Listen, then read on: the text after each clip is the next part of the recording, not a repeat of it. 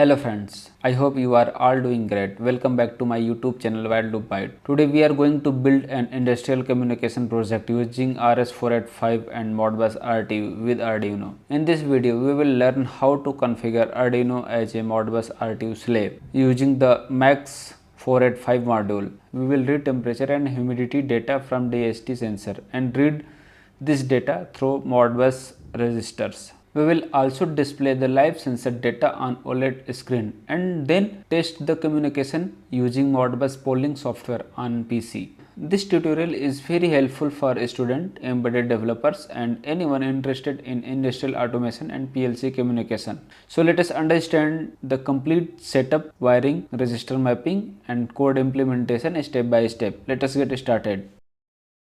Here is what we are working with: Arduino Nano, SST1306 OLED display, DST11 sensor and Max 485 module. Make the connections as per shown in the schematic diagram. After completing all the connection, double check the wiring carefully before powering up the board to avoid any damage. Okay. Once everything is verified, we can move to the next step. This is Arduino Nano, DST11 sensor, OLED display, and this is Max 485 module. It converts TTL to RS485, and this is dongle. It converts RS485 to USB converter. In this project I am not using any RS485 master device, so for testing purpose I am using here Modscan utility. So this dongle will be connected with PC to communicate via RS485 Modbus.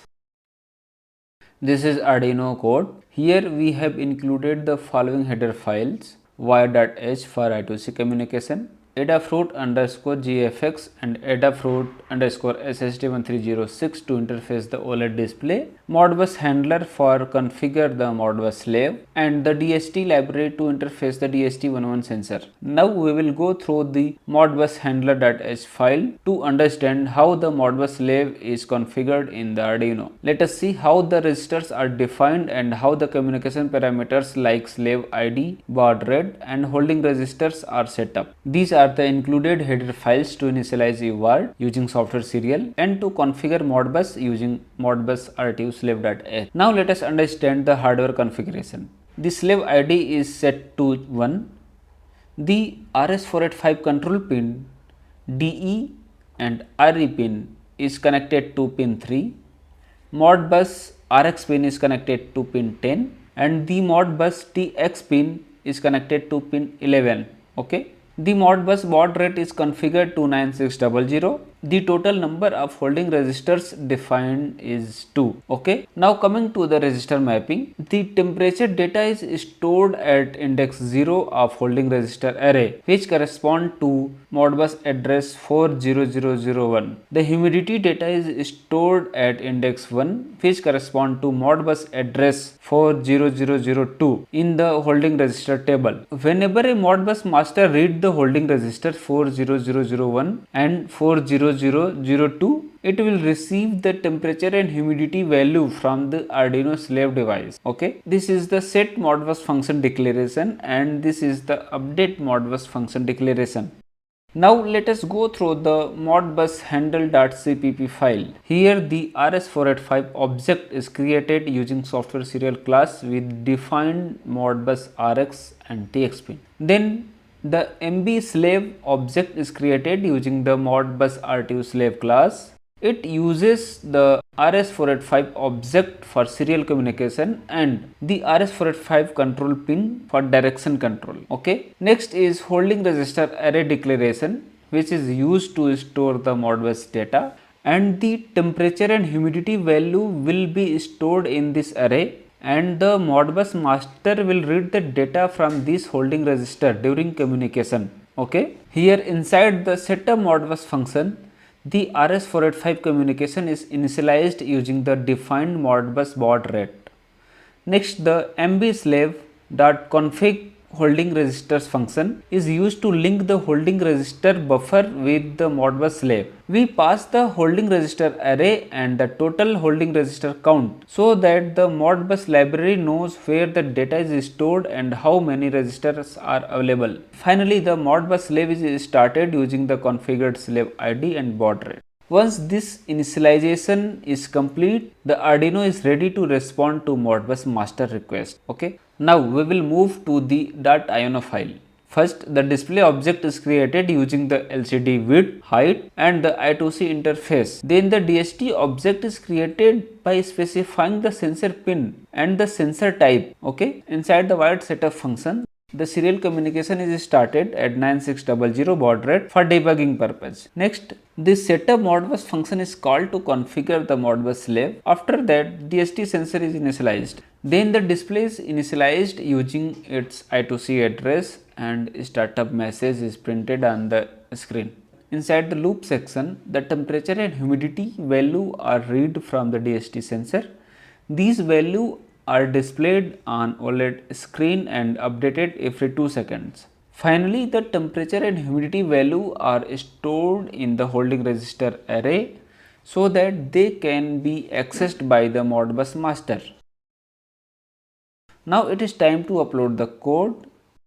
Go to the tool menu, select the board as Arduino Nano, then choose the correct COM port which correspond to your Arduino Nano board. Next, make sure the processor option is set to 8MEGA328P old bootloader. Once everything is selected correctly, then click on compile. Oh, there is an error. Let us check it. It looks like we need to install the Modbus RTU Slave library first. Go to Manage Libraries. In the Library Manager search bar, type Modbus RTU Slave and press enter. Here you can see the Modbus RTU Slave library. Click on Install. Click on Install All. Now the Modbus library has been successfully installed. To upload the code, simply click on Upload button. Once the upload is complete, the Arduino will start working as a Modbus RTU slave.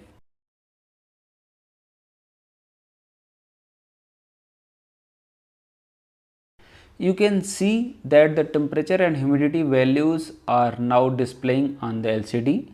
To test the Modbus communication, we will use the Modscan utility. It is already open. First, we need to configure it properly. Enter the device ID. Our device ID is set to 1. Let me quickly confirm in the code. Yes, you can see here that is the slave ID is 1. Next, select the Modbus point type as holding registers, which uses function code 03. Now set the length is 2 because we have only 2 parameters, temperature and humidity. Finally, set the start address is 1. At the moment the data is not coming because we have not connected yet. So click on connection, connect. Here select the correct COM port that correspond to RS485 device. Set the baud rate to 9600, data bit 8, parity none and stop bit to 1. Now click on OK. Great, you can see the data is now being received. At the address 40001, the value is 28. This represents the temperature. At the address 40002, the value is 68. This corresponds to humidity. You can clearly see that the values displayed on Modbus scan perfectly match the values shown on the LCD and they are updating in real time.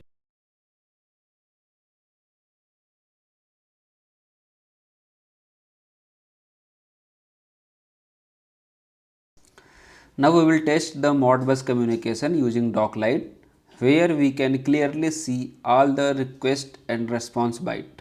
Okay. First, disconnect from the Modscan utility. Now open Docklight. Let us create a command to read the temperature data. Here is the request frame structure.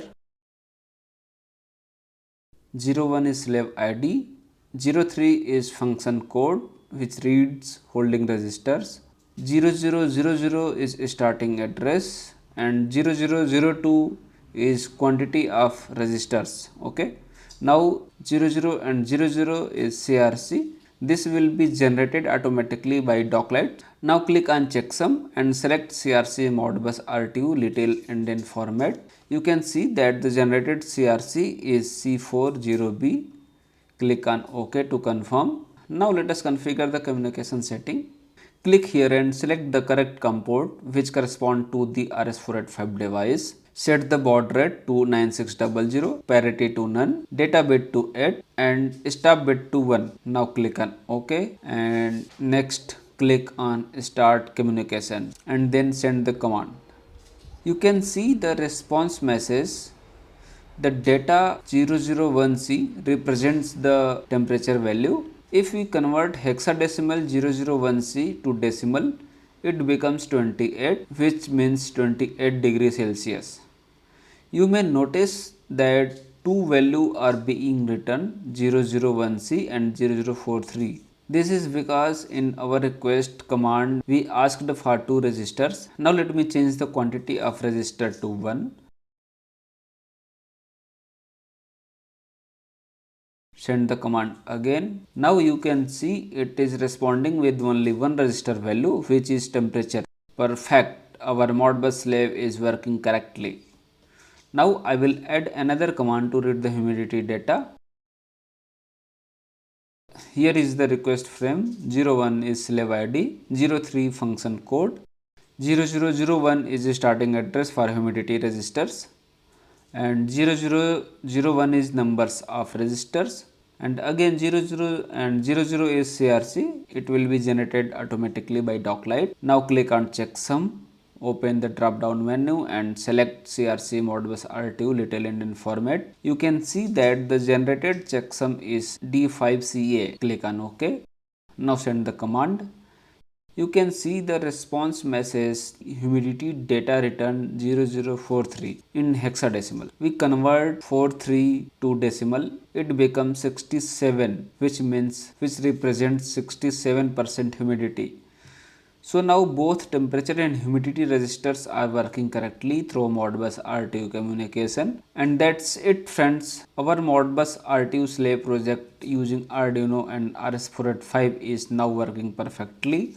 I hope you enjoyed this project and learned something valuable about industrial communication and Modbus protocol.